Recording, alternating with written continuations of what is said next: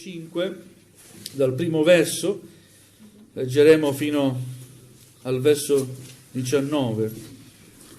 Amen. Grazie per esservi alzati in piedi, gloria al Signore, onoriamo la parola di Dio. Secondo Re capitolo 5, dal primo verso fino al verso 19. Dio sia lodato. Amen.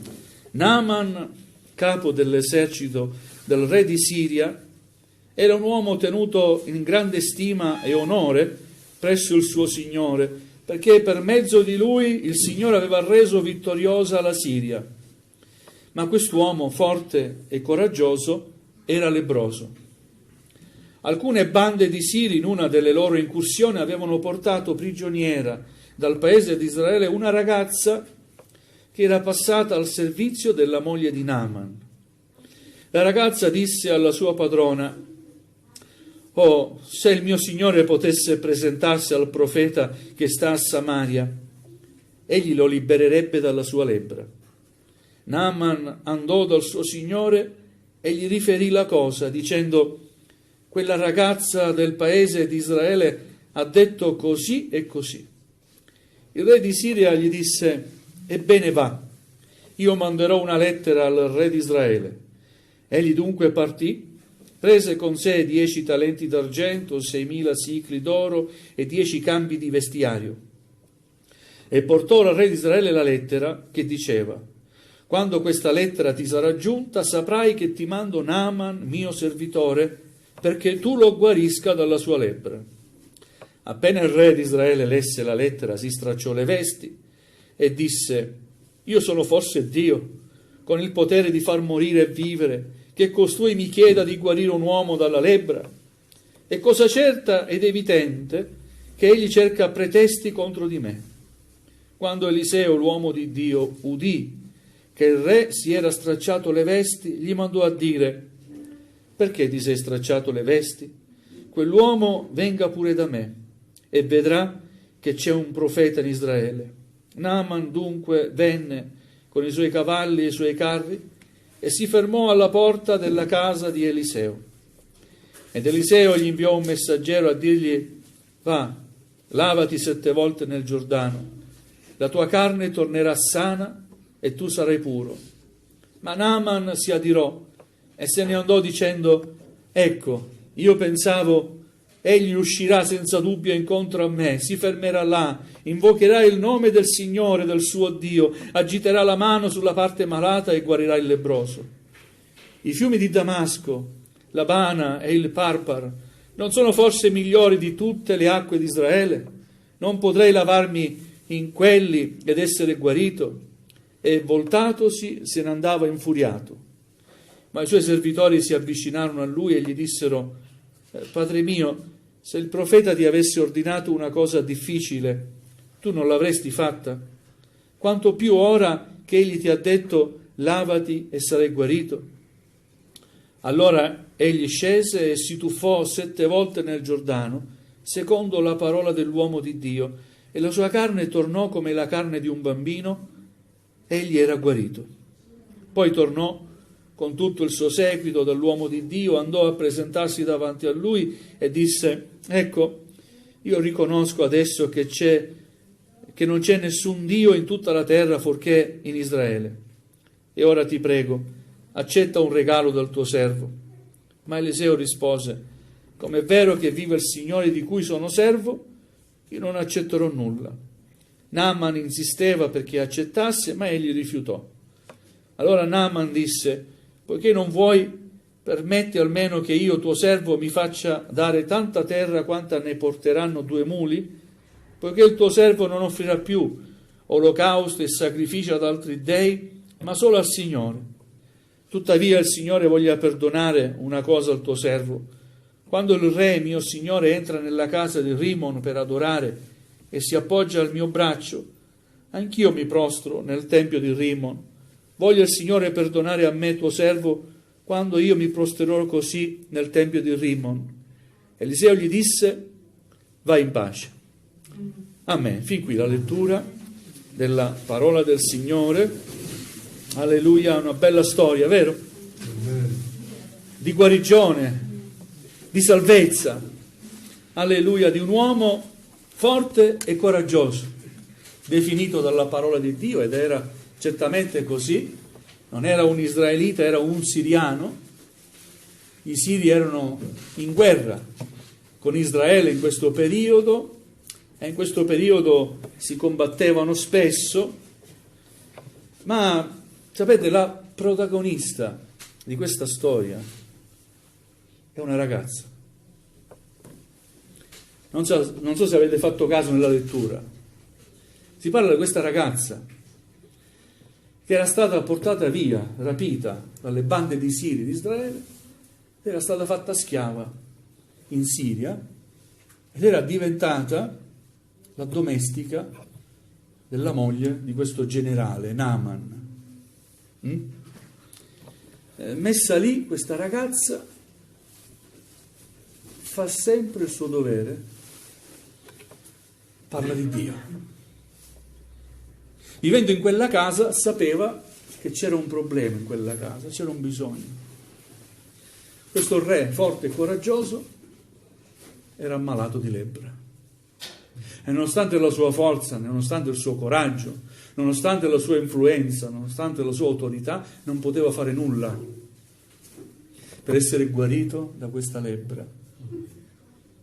E questa ragazza parla di Dio, dicendo: oh, se il generale potesse incontrare il profeta che c'è in Israele, certamente sarebbe guarito. Gloria al Signore. Che bello quando possiamo dare il nostro contributo nel piano di salvezza di Dio.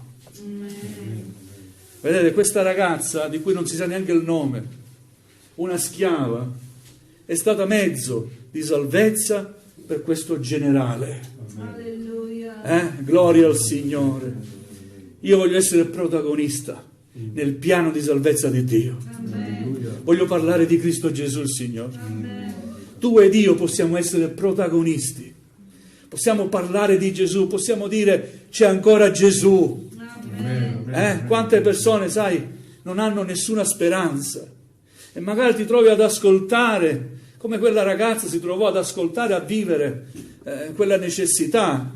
Potrai dire: c'è ancora speranza per te, c'è Gesù. Amen. Ma come Gesù? Gesù è nel cielo? No, Gesù vuole salvarti. Amen. È nel cielo, ma anche qui, mentre stiamo parlando, Lui vuole salvarti. Amen. Alleluia. Ed ecco che il piano di Dio si compie, piano di salvezza. Dio non guarda se uno è israelita o è siriano. Amen. Non guarda se sei bianco, se sei nero, se sei bello, se sei brutto, ma Dio vuole salvarti. Amen. Dio vuole salvare.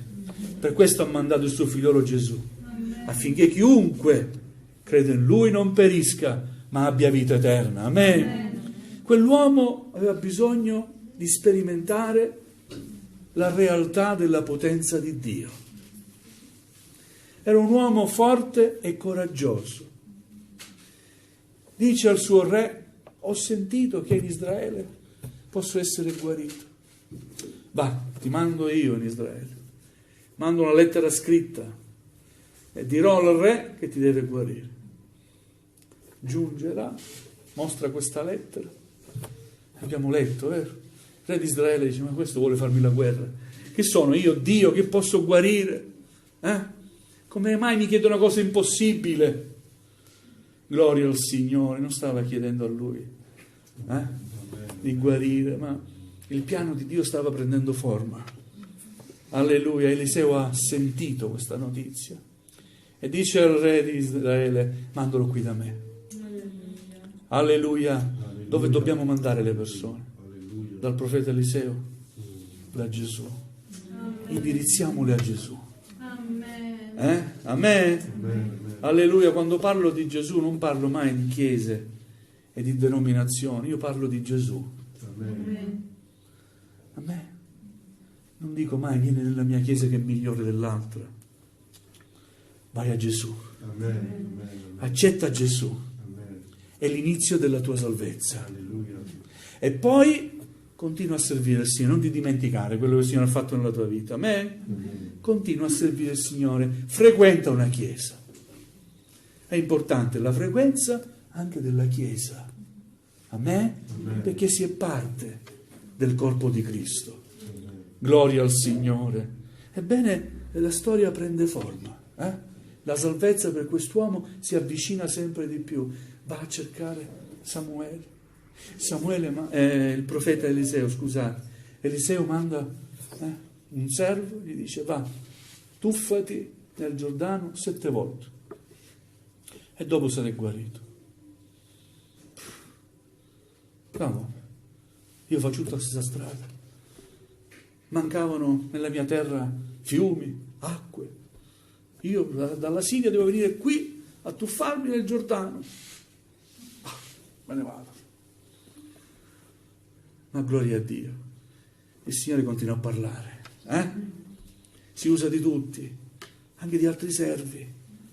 Altri servi di questo generale gli dicono: ma, Padre mio, con rispetto, profondo rispetto, no?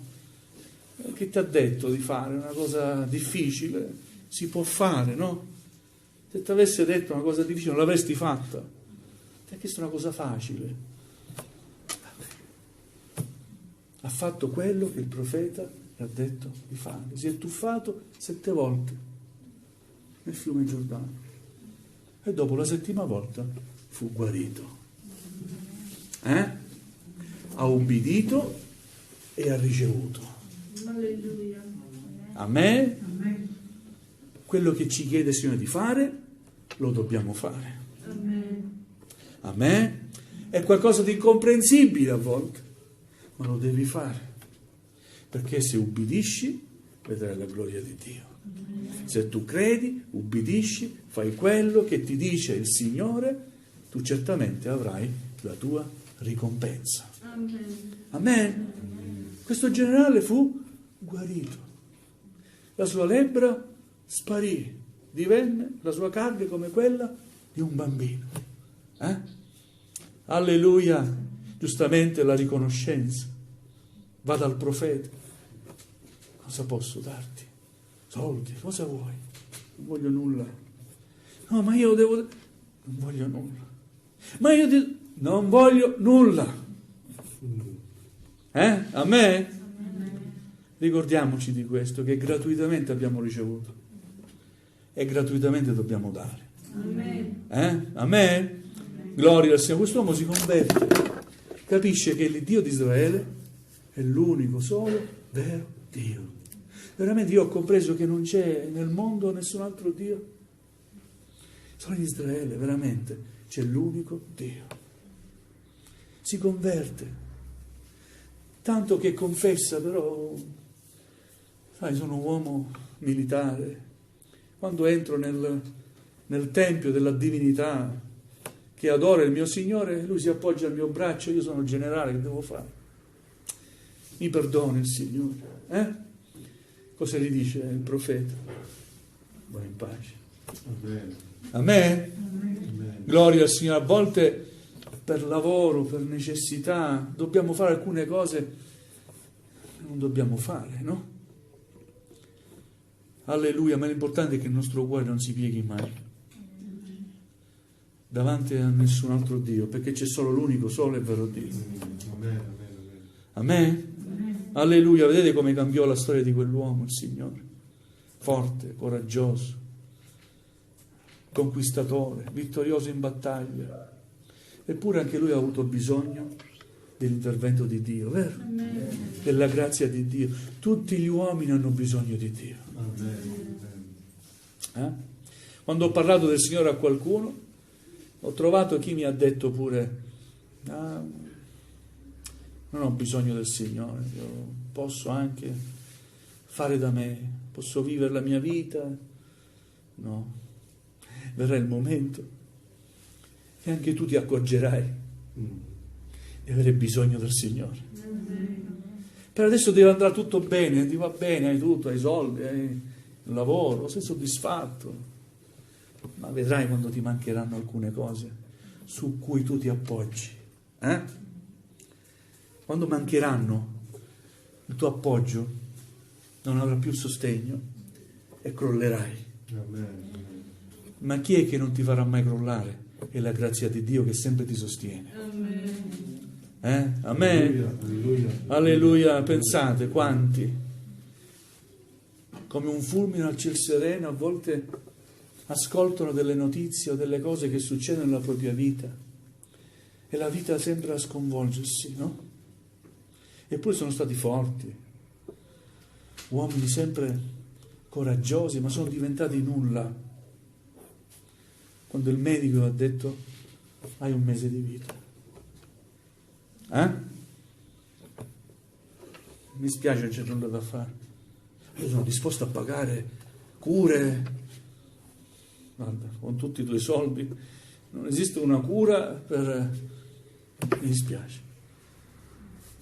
Dove è andata a finire la sicurezza, la forza, il coraggio? Amen? Alleluia. Io voglio ringraziare il Signore perché l'ho conosciuto. Amen. Ringraziamo il Signore perché lo abbiamo conosciuto. Alleluia. Fidiamoci del Signore. Il Signore ha un piano di salvezza per ogni uomo. A volte anche quando vado al lavoro vedo dei colleghi e dico: Signore, se avessi l'opportunità di parlare a quel collega di te, dammi opportunità di parlare di te, Signore. Vedo tante persone che conosco, alcune brave, alcune meno simpatiche, alcune vari tipi, però sento nel mio cuore un bisogno di parlare di Gesù. Amen. Amen. Perché io sento il desiderio di Dio che vuole che tutti gli uomini siano salvati. A volte sembra chissà cosa che il Signore ci dica, no? Come a Naaman: tuffati nel Giordano 7 volte. Non vogliamo seguire quella che è l'istruzione che viene da Dio, no? C'è un senso di ribellione umana che sempre emerge. La ribellione non ti porterà mai a nulla. Se invece ti umili ai piedi del Signore e accetti che hai bisogno di Dio, Dio mostrerà e aprirà la porta della sua grazia nella tua vita. Amen. Alleluia. E quando si serve il Signore lo si può servire in ogni circostanza.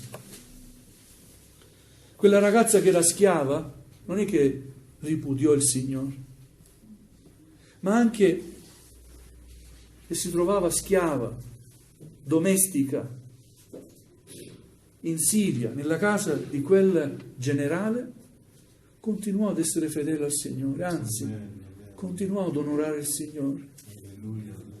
Questo è il cristiano. Se ami Dio, lo ami, punto. Se hai accettato Cristo, lo hai accettato e lo servi, punto. Accetti pienamente quella che è la sua volontà per la tua vita.